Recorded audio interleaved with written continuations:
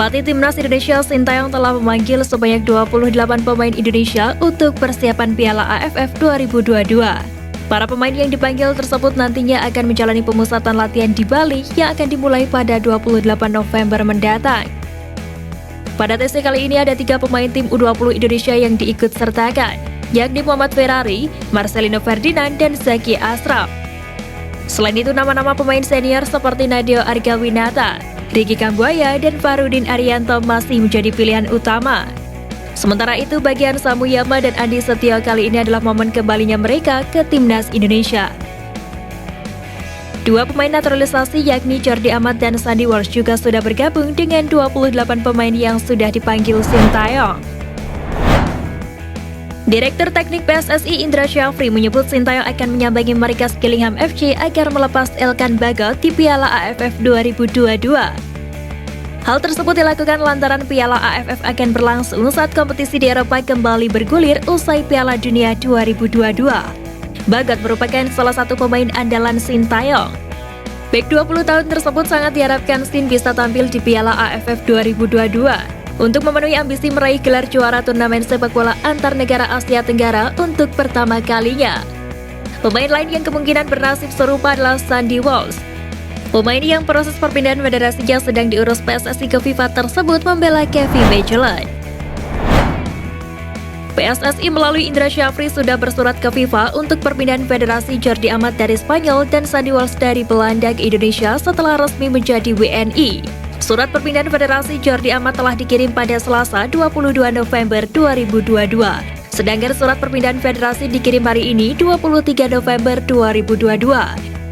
Jika proses perpindahan federasi ini bisa selesai sebelum Piala AFF 2022, yakni pada 20 Desember, ada kans keduanya bisa didebut bersama Timnas Indonesia di ajang tersebut. PSSI yakin proses perpindahan ini bisa selesai sebelum batas akhir pengumuman skuad Piala AFF 2022. Satu nama lainnya, Zain Patinama, dipastikan akan absen.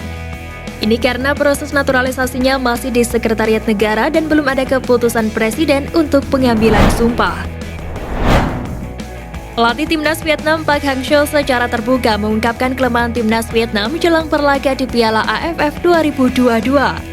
Menurutnya, masalah kekompakan tim dan lini pertahanan serta penyerangan masih perlu diasah. Pelatih asal Korea Selatan itu bertekad untuk memperbaiki kekurangan timnya pada agenda persiapan nanti. Timnas Vietnam diketahui akan beruji coba melawan klub kuat Liga Jerman Borussia Dortmund demi persiapan jelang Piala AFF 2022. Piala AFF 2022 sendiri akan menjadi momen terakhir pelatih Park Hang-seo memimpin Timnas Vietnam. Pelatih asal Korea Selatan itu akan hengkang pada Januari mendatang. Menarik untuk melihat apakah Coach Park mampu membawa Timnas Vietnam meraih juara di turnamen terakhirnya itu.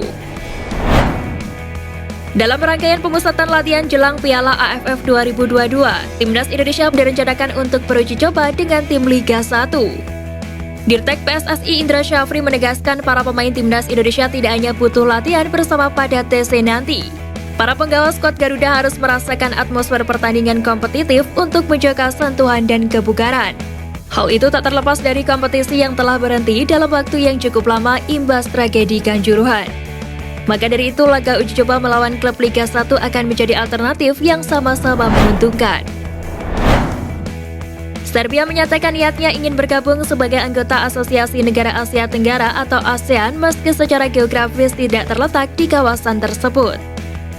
Keinginan Serbia untuk bisa bergabung ke ASEAN itu telah disampaikan oleh Perdana Menteri Ana Bernabe ketika berjumpa dengan Presiden Singapura Halimah Yacob dan Menteri Pertahanan Nasional Theo Chee Han.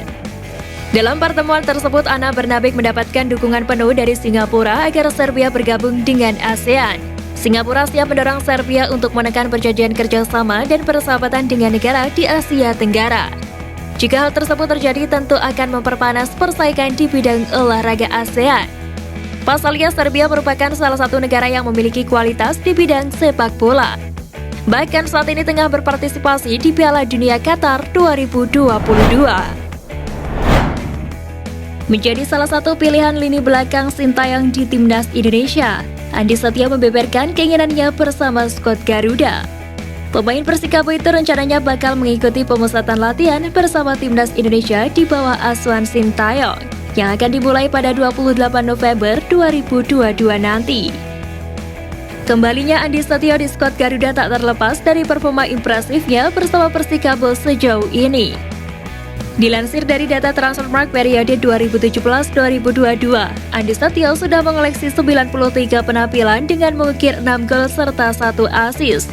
Selain kenyang menit bermain bersama Persikabo, pemain berpostur 180 cm tersebut juga telah memiliki pengalaman bersama Timnas Indonesia. Andi Setio berambisi untuk memberikan yang terbaik untuk Timnas Indonesia.